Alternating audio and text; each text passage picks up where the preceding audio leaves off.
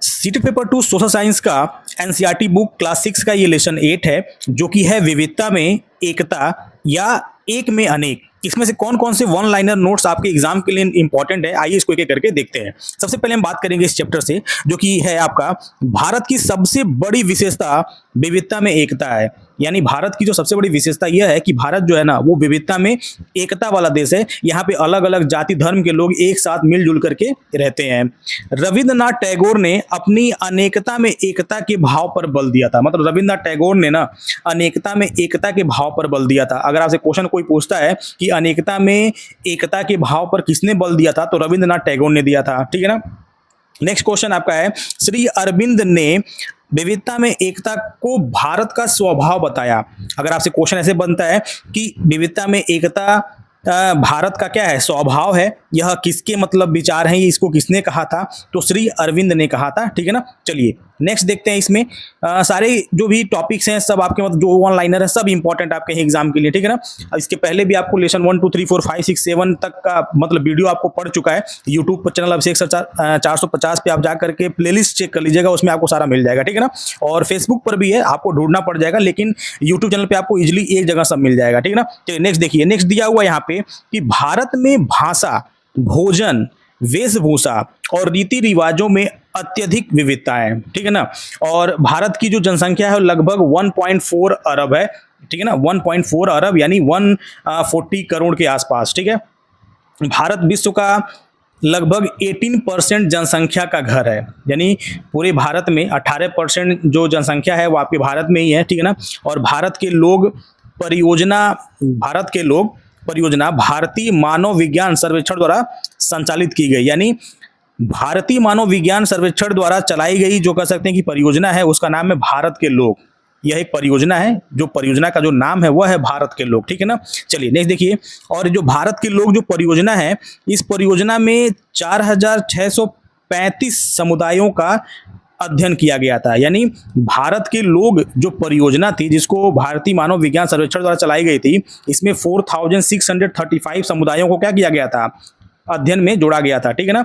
चलिए नेक्स्ट बढ़ते हैं। यहाँ पे नेक्स्ट आपका यहाँ पे दिया हुआ है, भारत में 325 भाषाएं और 25 लिपियां दर्ज की गई। यानी भारत में जो कुल लैंग्वेजेस हैं वह 325 हैं और 25 क्या है आपके लिपि हैं। ठीक है ना।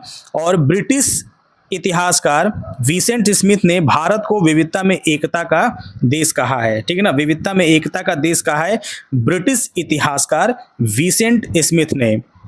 पूरे भारत में चावल, गेहूं, जौ, बाजरा, ज्वार और रागी प्रमुख अनाज है। यानी अगर पूछा जाए कि पूरे भारत में, यानी भारत का जो प्रमुख अनाज कौन कौन सा है, तो गेहूं, जौ, बाजरा और रागी है।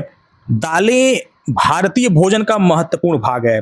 दाल जो है ना वो भारत के मतलब भोजन का महत्वपूर्ण भाग है, यानी हम दाल ज़्यादा ही खाते हैं। ठीक है ना। और अगला कह रहा है कि हल्दी, जीरा, इलायची और अदरक पूरे भारत में उपयोग किए जाते हैं। ठीक है ना।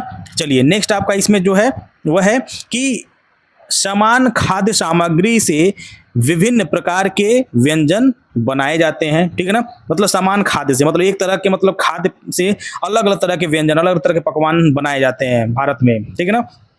चलिए नेक्स्ट है आपका, भारत में प्रत्येक क्षेत्र की अपनी विशिष्ट वेशभूषा है।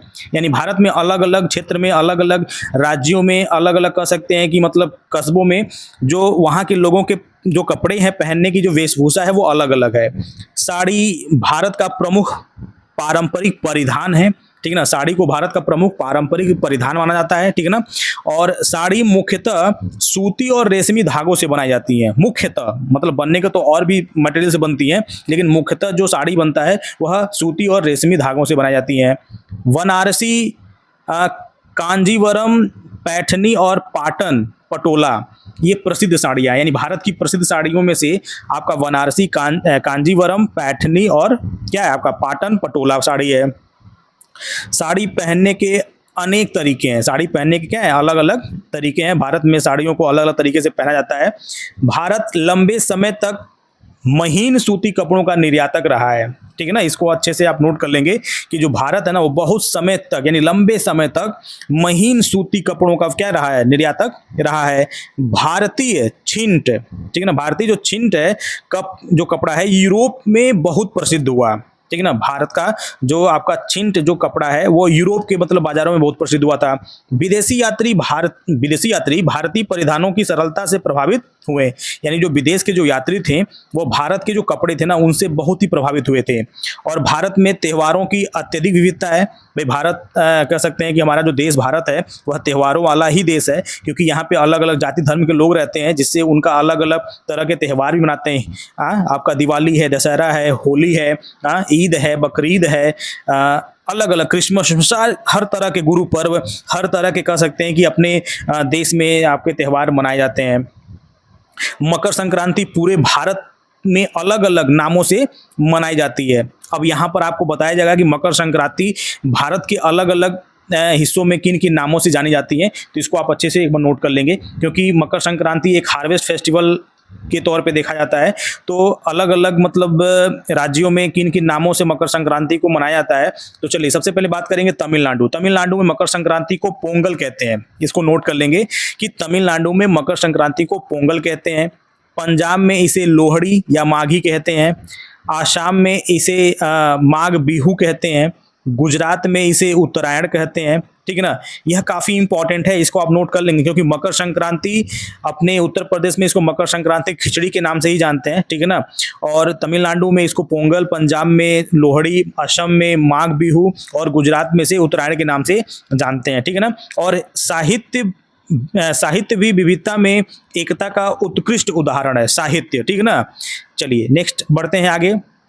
नेक्स्ट है, कह रहा है यहाँ पे कि पंचतंत्र में लगभग 2200 वर्ष पुराना संस्कृत ग्रंथ है। मतलब पंचतंत्र जो है ना वो लगभग आज से 2200 वर्ष पुराना एक संस्कृत ग्रंथ है। ये पंचतंत्र का 50 से अधिक भाषाओं में अनुवाद हुआ है, यानी पंचतंत्र की जो कहानियां हैं उसको 50 से अधिक भाषाओं में क्या किया गया है, उसको ट्रांसलेट किया गया अलग अलग भाषाओं में उसको पढ़ने के लिए।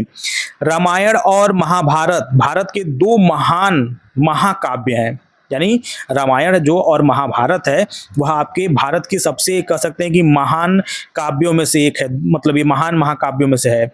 महाभारत में पांडव और कौरवों का युद्ध का वर्णन है। ठीक है, रामायण में श्री राम द्वारा रावण का वध वर्णित है। दोनों महाकाव्यों के अनेक लोक संस्करण है, मतलब अलग अलग संस्करण इसके मतलब मार्केट में अवेलेबल है किताबों में। भारत की अनेक जनजातियों की अपनी रामायण और महाभारत परंपराएं हैं, मतलब भारत के जो अलग अलग जो जनजाति हैं उनकी अपनी रामायण और महाभारत की अपनी परंपरा है। अलग अलग परंपराओं से अपनी परंपराओं से क्या करते हैं, वो उसको सेलिब्रेट करते हैं, उसको मानते हैं। यहाँ पे कह रहा है कि मानव विज्ञानी जो है के.एस. सिंह ने भारत के लोग परियोजना का नेतृत्व किया। यह इंपॉर्टेंट है, इसको नोट कर लेंगे कि भारत के लोग, यह जो परियोजना थी उस परियोजना का नेतृत्व किसने किया था, तो मानव विज्ञानी के.एस. सिंह ने किया था। ठीक है ना, पांडवों से जुड़ी लोक कथाएं भारत के अनेक क्षेत्रों में प्रचलित हैं। भारतीय संस्कृति विविधता को क्या करती है, समृद्ध मानती है। विविधता लोगों को विभाजित नहीं बल्कि समृद्ध बनाती है। भारत में भाषाओं, भोजन, परिधानों और त्योहारों में विविधता होते हुए भी सांस्कृतिक एकता है, यानी भारत में भले लोग अलग अलग भाषा बोलते हैं, भले ही अलग अलग तरह के भोजन करते हैं, भले अलग अलग तरह के परिधान यानी कपड़े पहनते हैं, अलग अलग त्यौहार ही क्यों नहीं मनाते हैं, लेकिन फिर भी उनकी जो संस्कृतियां हैं, सांस्कृतिक एकता जो है वो सब क्या है, एक है, सब मिलजुल करके एक साथ रहते हैं। भारतीय संस्कृति में एक में अनेक का जो सिद्धांत है ये महत्वपूर्ण है। विविधता भारतीय समाज की शक्ति है और एकता भारत की संस्कृति का पहचान का क्या है, आधार है। तो यह जो आपने अभी सारे नोट्स देखे, यह सभी नोट्स आपके जो थे ना, ये एनसीईआरटी बुक क्लास 6 का यह लेसन 8 था। लेसन 1, 2, 3, 4, 5, 6, 7 ऑलरेडी अपलोड हैं। ठीक है ना, उसको आप एक बार चेक कर लेंगे अगर आपको ये इन्फॉर्मेटिव लगी हो तो। ठीक है ना, चैनल को सब्सक्राइब कर लेंगे, अपने दोस्तों के साथ शेयर जरूर करेंगे। ठीक है ना, नेक्स्ट वीडियो में अब यहाँ पे हम लेसन 9 पे डिस्कस करेंगे, उसके महत्वपूर्ण 1 लाइन नोट्स को हम लेकर आएंगे जो कि सीटेट एग्जाम के लिए काफी इंपॉर्टेंट होंगे। ठीक है ना, धन्यवाद।